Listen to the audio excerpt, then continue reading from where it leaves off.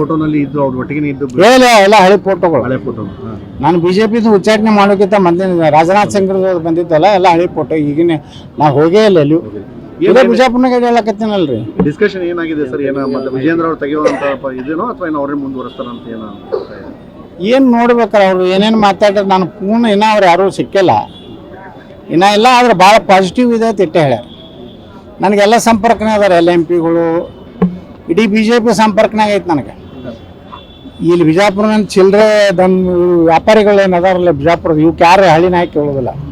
ಇವ್ರೇನು 8 ಎಮ್ಮೆ ತರ್ತಾರತ್ತ, ನಂದನವನ ಮಾಡ್ತಾರತ್ತ. ಇವತ್ತನ್ನ ಯಾರೂ ಫಾಲ್ತು ಕೇಳೋದಿಲ್ಲ. ಇವು ಫಾಲ್ತುಗಳು ಸುಮ್ಮ ಒದರ್ತಿರ್ತಾವೆ. ನೀವು ಭಾಳ ಮಹತ್ವ ಕೊಡಬೇಡ್ರಿ. BJP ಕಟ್ಟಿದವ್ರು ನಾನು ಕಟ್ಟಿಕೊಂಡೆ. ಇವು ಯಾವ ಫಾಲ್ತುಗಳು ನಿನ್ನೆ ಮೊನ್ನೆ ಮಾತಾಡ್ಯಾರ ನಿಮ್ಮ ಪತ್ರಿಕಾಗೋಷ್ಠಿ ಅಲ್ಲ, ಯಾವೂ ಇಲ್ಲ.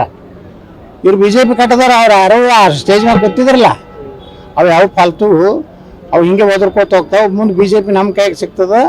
ಇವಕ್ಕೆ ಯಾಕೋ ಟಿಕೆಟ್ ಕೊಡೋದಿಲ್ಲ. ಮೊನ್ನೆ ಸ್ಟೇಜ್ ಮೇಲೆ ಇದ್ದಲ್ಲ, ಒಂದಕ್ಕೂ ಸಿಗೋದಿಲ್ಲ ಸರ್. ನೀವೇನಾದ್ರು ವಾಪಸ್ BJP ಬಂದ್ರೆ ಸರ್ ಏನು ಅತೃಪ್ತರಾಗಿ ಕೆಲವರೆಲ್ಲ ಹೋಗಿದಲ್ಲ ಅವ್ರು ಇರ್ತಾರೋ ಅಂತ ಪಾಪ ಕಟ್ಟು ನೋಡಿ ಸಿಟ್ಟಿಂಗ್ MLA ಅದಾರ. ಅದು ಯಾವುದೇ ಮುಗಿದ ಮ್ಯಾಗ ನೋಡೋಣತ್ತ ಕಟ್ಟಿಕೊಂಡು ಒಬ್ಬ ಒಳ್ಳೆ ಲೋಕಸಭಾ ಅಭ್ಯರ್ಥಿ ನಮ್ಗೆ ಮುಂದಿನ ದಿವಸ ನಮ್ಗೆ ಒಳ್ಳೆ ಒಬ್ಬ ಲೋಕಸಭಾ ಅಭ್ಯರ್ಥಿ ಬೇಕಾಗ್ಯಾರ ಈಗ ಬಿಜಾಪುರಕ್ಕೆ. ಕೆಲಸ ಮಾಡಿರ್ಬೇಕಾಗ್ಯಾರ. ಈಗಿದ್ದು ಅದ್ರ ಬಗ್ಗೆ ನೀವು ಬರೀರಿಲ್ಲ, ನೀವು TV ಏನೂ ಬರೀದಿಲ್ಲಲ್ಲ. ಬರೀರಿ ಏನೇನು ಮಾಡ್ಯಾರ ಏನೇನು ನೀವು ಅಂದ್ರಿ ನಾನು ಚರ್ಚೆ ಆಗೋದಿಲ್ಲ, ಕೇವಲ ನಾಳೆ ಶಾಸಕರು